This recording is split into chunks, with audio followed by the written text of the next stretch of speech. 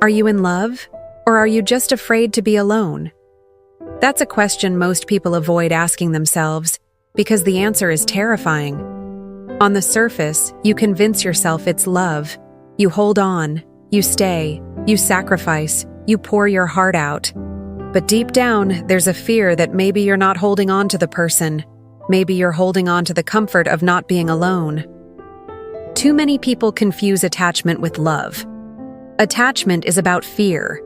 It's about what happens if this person leaves, if I wake up and the bed is empty, if I have no one to text at night or no hand to hold when life gets hard.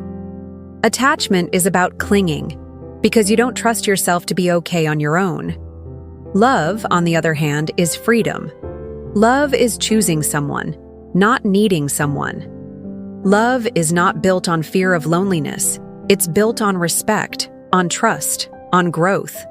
Love says, I can stand alone, but I choose to stand with you. The danger is that when fear masquerades as love, you stop seeing the truth. You tolerate things you shouldn't. You accept less than you deserve. You tell yourself, this is better than being alone. And slowly, you trade away your happiness for the illusion of safety. And here, as the harsh truth, being with the wrong person because you scared of being alone is lonelier than actually being alone. Loneliness in your own company can be temporary, but loneliness in the arms of someone who doesn't truly love you, that's permanent. That eats away at your soul. That makes you forget who you are. So how do you know the difference? Ask yourself this: if tomorrow they walked away, would you still feel whole?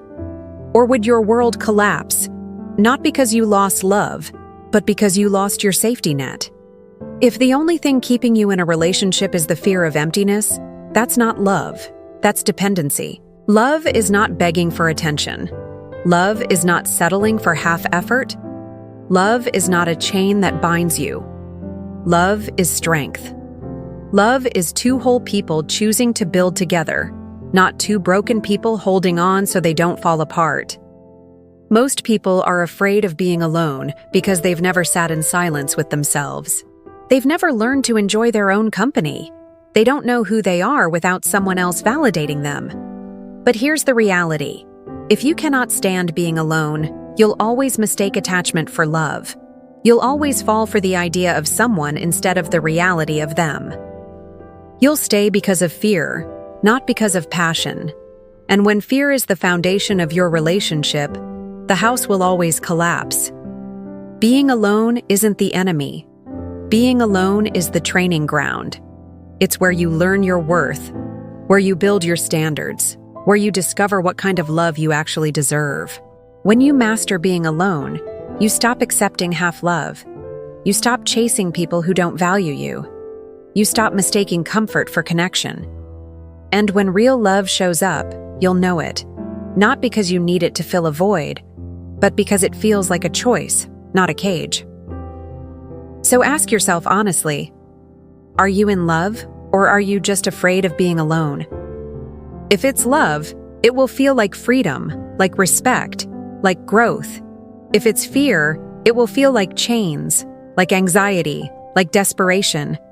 And if it's fear, you have to make the hardest decision of all, to let go, not of the person, but of your dependency. Because the only way to find real love is to first stop running from yourself. And maybe, just maybe, being alone is exactly what you need, so that one day when love comes, you'll recognize it not as a cure for loneliness, but as a choice born out of strength.